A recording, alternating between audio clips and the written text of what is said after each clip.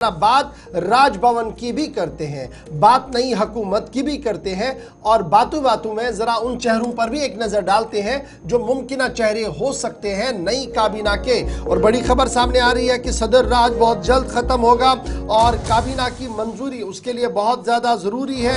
एक तरफ से ये खुद वजीर जो लीडर ऑफ द हाउस चुने गए हैं उमर अब्दुल्ला का मानना है, और दूसरी तरफ से इत्तलात और खबर ये है कि बुधवार 11 बजे हलफ बर्दारी की तकरीब हो सकती है। जराया राजभवन और नई दिल्ली से इस बात की तस्दीक कर रहे हैं कि बुधवार को 11 बजे के आसपास हो सकता है कि हलफ बर्दारी की तकरीब हो, और उससे कबल नेशनल कॉन्फ्रेंस के अंदर सलाह मशवरे का सिलसिला रात देर गए से दोबारा शुरू हो गया है। और ये सलाह मशवरा नई काबीना को लेकर है। माना जा रहा है कि उमर अब्दुल्ला और फारूक अब्दुल्ला समेत कई लीडर रात देर गए भी दोबारा राब्ते में एक दूसरे के आए और नई काबीना की तश्कील के हवाले से जो है वो तबादले ख्याल किया गया है।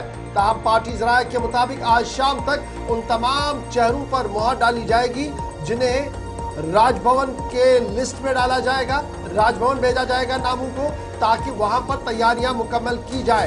एक तरफ से ये हो रहा है, दूसरी तरफ से इंडिया अलायंस में किन लोगों को यहां पर दावत देनी है और कितना बड़ा ये सेरेमनी होना है, उस हवाले से भी तकरीबात कैसी करनी है, उस ज़िम्न में भी आज नेशनल कॉन्फ्रेंस का अहम तरीन मीटिंग होगी जिसमें कुछ बातें जो है वो क्लियर होगी।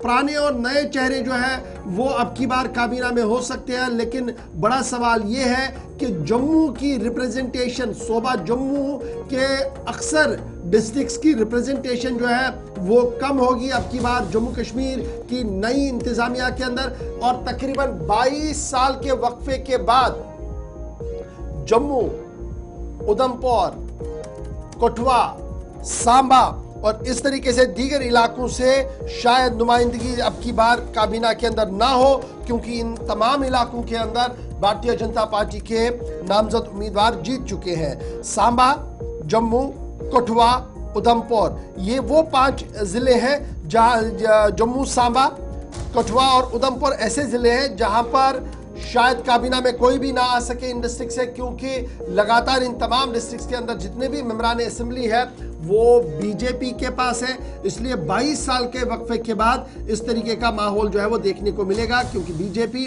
अपोजिशन में है और इस तरीके से काबीना में यहाँ पर नहीं हो सकती। एक तरफ से ये माना जा रहा है। दूसरी तरफ से जब आप साबिका हुकूमतों को देखेंगे, 2002 पर नजर डालेंगे, 2008 पर नजर डालेंगे, 2014 में नजर डालेंगे, तो जम्मू डिवीजन ने एक मेजर रोल प्ले किया और एक अच्छी खासी हुकूमत साजी में उनका रोल रहा है। 2002 के कोलिशन में कांग्रेस, पीपल्स डेमोक्रेटिक पार्टी और पैंथर्स पीडीपी जो पैंथर्स पार्टी थी, कुल मिलाकर 19 एमएलए जम्मू से थे।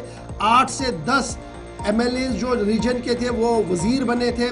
और फिर इसी तरीके से 2008 में जब उमर अब्दुल्ला वाली सरकार थी कांग्रेस के साथ, दोबारा इनकी हुकूमत थी, पैंथर्स भी उनके साथ थी, 21 एमएलए थे। तो उस वक्त भी बेशतर वज़रा जो थे और स्ट्रॉन्ग मिनिस्टर्स जो थे वो जम्मू प्रोविंस से आपको नज़र आए थे। और बाद में अगर आप और इसको खंगालेंगे तो आपको पता लगेगा कि सूरत हाल किस तरीके की बनी हुई थी। एनसी कांग्रेस कोलिशन जो 2024 का है, जिसमें सीपीआईएम का भी साथ है, आम आदमी पार्टी का भी साथ है, इंडिपेंडेंट्स का भी साथ है, और अपने बुलबोते पर नेशनल कॉन्फ्रेंस की टैली बड़ी मजबूत है। लेकिन यहाँ पर क्या ये जो पूरी टैली है इसमें जम्मू प्रोविंस को बैलेंस किया जा सकता है? कैसे होगा? क्योंकि अब की बार ना रियासत है, न वो वज़रा के कलमदान रहेंगे, न उस तरीके से वजीर बनेंगे।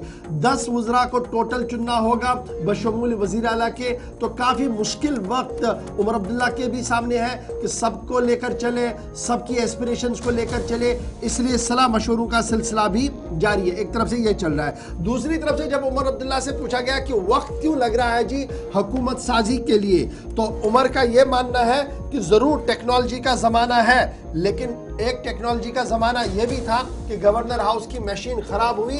अब की बार वो ऐसा नहीं चाहते हैं, इसलिए हर एक चीज कायदे से चले, आज खुद चले। इसलिए वो इस बात का इंतजार करेंगे कि दिल्ली से जल्दी में इस बात का फैसला हो और सदारती राज जो यहाँ पर इस वक्त सदर राज चल रहा है, इसका इख्तिताम हो और सरकार जो है वो बन पाए। उमर का अपना एक मौक़िफ़ इस बारे में है। लेकिन अब ये मुमकिना चेहरों में जो है वो ये माना जा रहा है कि पुराने और नए चेहरों को जगह मिलेगी। पुराने चेहरों में अब्दुर्रहीम राथिर साहब साबिक वज़ीर ख़जाना है, ज़िला बडगाम को रिप्रेजेंट करके कहा जाए, दोबारा भी शायद इन्हें मौका मिले। फिर अली मोहम्मद सागर साहब की सेहत ठीक नहीं है, तो चिमे गोया ये है कि शायद जूनियर सागर को मैदान में उतारा जाएगा। फिर मुबारक गुल जो 7 मरतबा जीत चुके हैं, श्रीनगर से इनका ताल्लुक है, इनकी भी एस्पिरेशंस है बहुत ज़्यादा, और इनका नाम भी पिछले कई दिनों से चिमे गोइयाँ चल रही है कि शायद ये भी अब की बार हो सकता है। तनवीर सादिक जो तर्जुमान है, चीफ स्पोक्स पर्सन है नेशनल कॉन्फ्रेंस के, पहली बार चुनाव लड़े और अच्छे खासे मार्जिन में इन्होंने डाउनटाउन से जीत भी दर्ज की। तनवीर सादिक का नाम भी गर्दिशों में बहुत ज़्यादा बना हुआ है। एजाज जान जम्मू से नौजवान चेहरे हैं, उमर और फारूक के काफ़ी नज़दीक माने जा रहे हैं, इनका भी जनाब नाम चल रहा है, नया चेहरा है, नौजवान चेहरा है, और इन्हें भी मदद मिले, इनको भी काबीना में लाया जाए, इस हवाले से भी गुफ्तगू जो है वह चल रही है। सुरिंदर चौधरी एक वाहिद नॉन मुस्लिम चेहरा है इस वक्त नेशनल कॉन्फ्रेंस के पास, जिसे वो प्रोड्यूस करेंगे, और शायद एक बड़ी जिम्मेदारी के साथ सुरिंदर चौधरी का जो है वो सामने रखा जाएगा। सज्जाद शाहीन जो चुनाव वादी है आपकी एंटायर, जहाँ पर अभी थोड़ी देर पहले भूंचाल के झटके भी आए थे, यहाँ पर इनकी किस्मत जगमगा सकती है, और शायद सज्जाद पर भी नेशनल कॉन्फ्रेंस जो है वो भरोसा कर सकती है। इस तरीके की सूरत हाल बन रही है।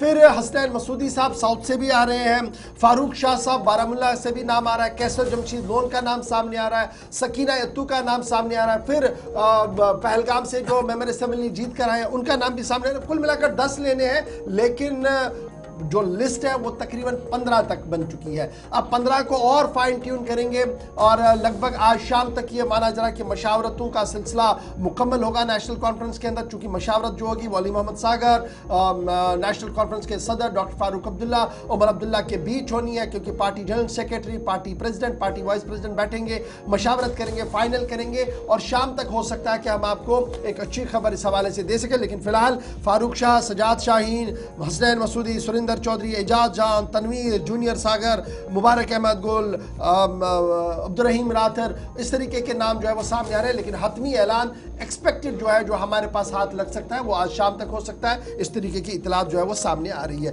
तो ये थी जनाब एक खबर कि उमर क्या कुछ कह रहे हैं और किस तरीके से फॉर्मेशन हो सकती है, कौन चेहरे सामने आ सकते हैं।